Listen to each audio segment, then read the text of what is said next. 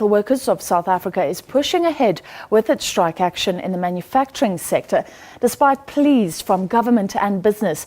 Now, the strike on the Platinum Belt involved 70,000 workers. The Numsa strike will involve 3 times as many workers. As you can see there, around 220,000.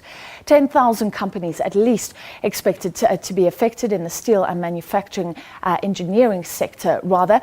That means a car parts and a whole host of other industries affected. Citigroup says the strike could cripple the economy because the industries at risk comprise about 4% of GDP. The manufacturing sector was already affected by the mining strike. Well, Numsa, there you can see, demanding 12% increase. It also wants labour brokers to be banned. The companies under the banner of the Steel and Engineering Industries Federation of South Africa are offering a 7% for skilled workers and 8% for lower levelled workers. SABC affiliated companies have issued a notice of a lockout tomorrow, meaning that all workers, striking or not, will be prevented from working. Well, our reporter Lueta Mutlakela has been following the run-up to the strike tomorrow. Good evening to you, Lueta. Thank you for joining us. So let's start with previously the union warning. I remember that this could be the mother of all strikes. What sort of impacts are we expecting? Look, Francis, you've already touched on this in your intro. The numbers are big. I mean, this strike could actually make the platinum strike that we just saw recently pale in comparison. I mean, we're talking about over 300,000 workers. Remember, it's 220,000 members from Numsa, and there are other workers that are also. You're right. There are other unions. There are other unions that have already issued notices to employers. So the numbers are huge. You touched on the issue that I picked up on today about companies that are also involved. I mean, most companies in the manufacturing sector will probably be affected by this strike, from rubber, from metal, from chemicals, energy. Just about every company in the manufacturing sector could potentially be hit by this strike. And the most critical one is exports. There could be an immediate impact on exports, and this is an issue that might be slightly different from what we saw in the platinum sector. Remember, in the platinum sector, there was a huge impact on the economy in the first quarter, but that impact came through the production side. The platinum producers were able to export during the strike because they had accumulated a lot of stockpiles. There aren't too much stockpiles that we can talk about in the metal industry. And another issue is actually the kind of sentiment, the kind of signals that this strike could be sending to the international community out there.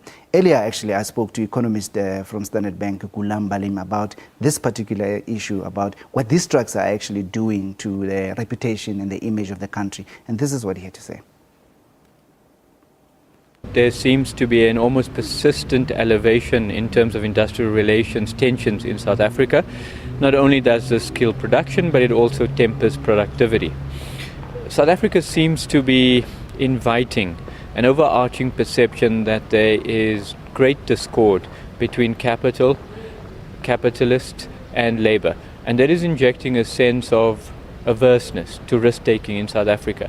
We may pay for these tensions beyond just the strike activity, but a more longer-term reluctance by capital to invest in South Africa. So, Lisa, business and government have basically suggested that Numsa is unpatriotic, going on a strike, a massive strike now when our economy is so fragile. What's their response to those sort of suggestions? Look, Numsa has always denied that charge, and pretty much is not alone in this instance. I mean, previously unions have always been accused of trying to sabotage the economy, particularly when they try to embark on a strike at a time when perhaps the economy is not doing fairly well. But unions have always said, look, this is purely a bread and butter issue.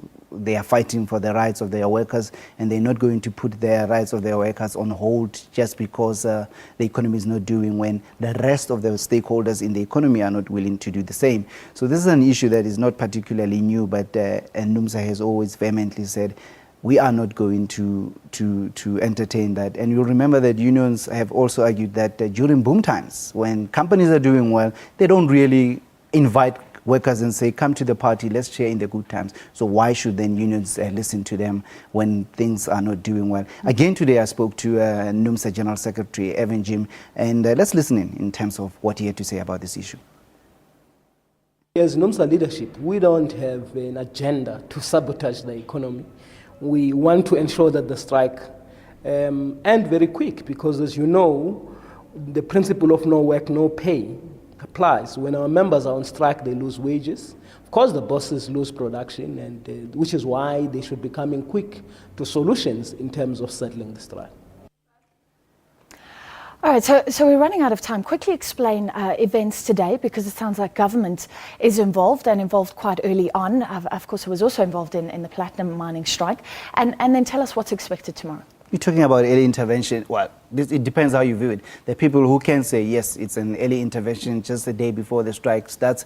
There are people who can say, look, an intervention just before the beginning of a strike is not really an intervention. Government should have been involved a lot earlier. It's always difficult. It's always difficult for government because it doesn't really get involved in negotiations between private parties, essentially. That is between the unions and the employees. But what we're seeing, it could be the beginning of consultative meetings for all the stakeholders by the Minister of Labour.